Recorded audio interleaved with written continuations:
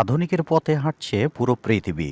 তবে এই পৃথিবীতে এমন এক দেশ রয়েছে যেখানে মেয়েদের চুলের স্টাইল দেখে বিবাহিত না অবিবাহিত বুঝে নেয়। এমনকি এখানে এক গ্রামে সূত্রর মুন্ড দিয়ে তারা মুখের উল্কি আঁকতেন। এখানকার নারীরা মিষ্টি সুন্দর হাসি দিয়ে যে কাউরির মন জয় করে নিতে পারে। প্রাকৃতিক সৌন্দর্য ও রহস্য ঘেরা এই দেশ। এমনকি এদেশের লোকেরা ঐতিহাসিকগতভাবে নম্র, ভদ্র ও অতিথিপরায়ণ। নববর্ষ অনুষ্ঠানে চলে এখানে ঐতিহাসিকবাহী নাচ আর পানি ছোড়াছুড়ি। আর এদেশে রয়েছে অনেক দামি দামি প্রাকৃতিক সম্পদ। তবুও দুবেলা দুমুঠো খাবার জোটাতে রাত রঙিন করতে হয়। তাহলে চলুন অদ্ভুত দেশের আজকের পর্বে জেনে নেওয়া যাক এই মিয়ানমার সম্বন্ধে কিছু দারুণ কথাগুলি, যা হয়তো আগে কখনো শুনেননি।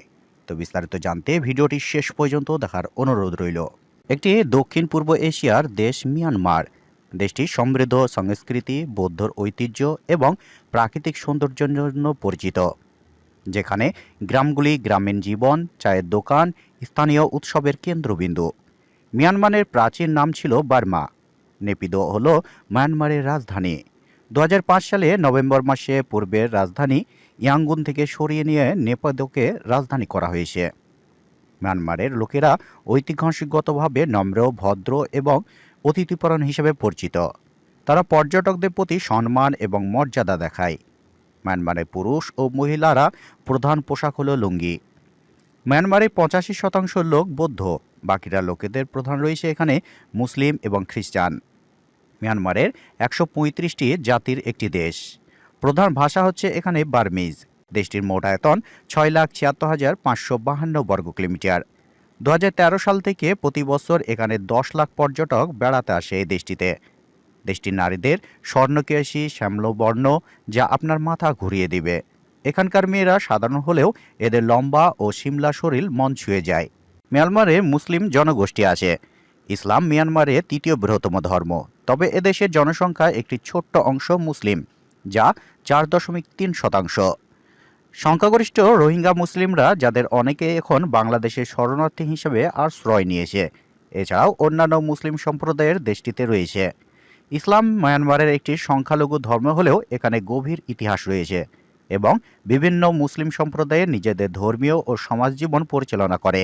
মিয়ানমারে ইসলামের আগমন ঘটে আরব ও পারস্য মুসলিম বণিকদের মাধ্যমে। মিয়ানমারে এক ঐতিহাসিকবাহী নববর্ষের জল উৎসব, যা সাধারণত এপ্রিলের মাঝামাঝি পালিত হয় এবং এটি নেতিবাচকতা ধুয়ে ফেলার প্রতীক। আর এই উৎসবে মানুষ গায়ে জল ছিটিয়ে এবং নাচ গান গিয়ে থাকে।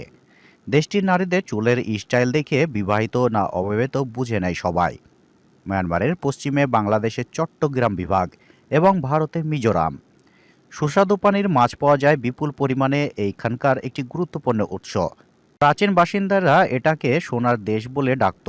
আর মিয়ানমারের অনেক দামি দামি সম্পদ রয়েছে, যেমন গ্যাস, তামা, টিন, রূপো ও অন্যান্য খনিজ সম্পদের সঙ্গে নীলকান্ত, পান্নাচুনি এবং জমের মতো মূল্যবান পাথর। মিয়ানমারের লোকেদের অনেক গুণ রয়েছে, কারণ তারা রেশম বোনা এবং হাতে গড়া গহনা তৈরি ও কাঠের উপর নকশার মাধ্যমে ব্যাপক দক্ষ। মিয়ানমারে বিভিন্ন ক্ষুদ্র জনগোষ্ঠীর লোক বসবাস করে।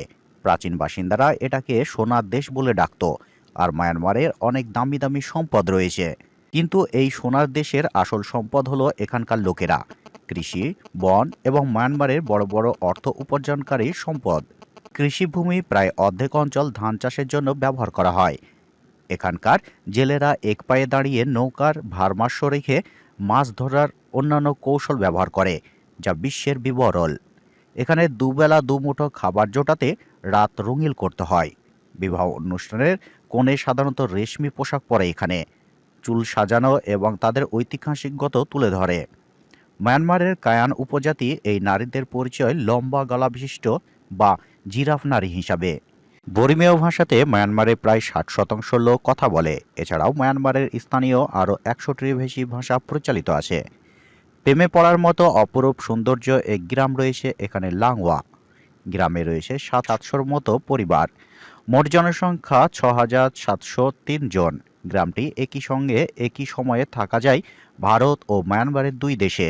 কথায় আছে, এক সময় সূত্রর মুন্ড দিয়ে তারা মুখের উল্কি আঁকতেন। মায়ানমারের এমন কিছু লুকানো জগৎ রয়েছে যার প্রাকৃতিক সৌন্দর্য ও ঐতিহাসিক গুরুত্বের কোনো তুলনা হয় না। একসময় এশিয়ার অন্যতম ধনী দেশ হলেও বর্তমানে এটি এশিয়ার অন্যতম দরিদ্র দেশগুলির মধ্যে একটি, যেখানে তেল সম্পদ থাকা সত্ত্বেও দরিদ্র বিরাজমান। প্যাগোডা দেশ বলে খ্যাতি এটি। ছোট্ট এই ভ্রমণের ঘুরে বেড়াতে পারেন মায়ানমারের বাজার, দেখতে পারেন কেনাকাটা, রায়হানদে জীবনযাপন এবং চমৎকার সব প্যাগোডা। গ্রাম হোক বা শহর, মায়ানমারের নাগরিকরা যেন সাদা, হাস্যময় ও নম্র ও ভদ্র। সুস্বাদু পানির মাছ পাওয়া যায় বিপুল পরিমাণে এখানে, যা এখানকার খাদ্যর একটি প্রধান উৎস। এখানকার গ্রামগুলোতে বৌদ্ধ ধর্মীয় উৎসব, ঐতিহাসিকবাদী নাচ গান এবং বয়স্কদের কাছ থেকে গল্প শোনার ঐতিহ্য প্রচলিত আছে। দেশটির উত্তর, পশ্চিম ও বন অঞ্চলে পাহাড় আর পাহাড়। মায়ানমারের সরকারি ভাষা বার্মিজ, এটি চীন ও তিব্বত ভাষা বা এদেশের অর্ধেকেরও বেশি মানুষের মাতৃভাষা। মায়ানমার দারুণ পর্যটক দেশ, যেখানে বেড়ানোর খুব ভালো সময় হলো অক্টোবর থেকে জানুয়ারি, তবে চাইলে সারা বছরে বেড়ানো যায়। তো এই ছিল আজকের ভিডিও। যদি আপনাদের ভিডিওটি ভালো লেগে থাকে তাহলে লাইক, কমেন্ট, শেয়ার করবেন। দেখা হচ্ছে নতুন একটি ভিডিওর সাথে।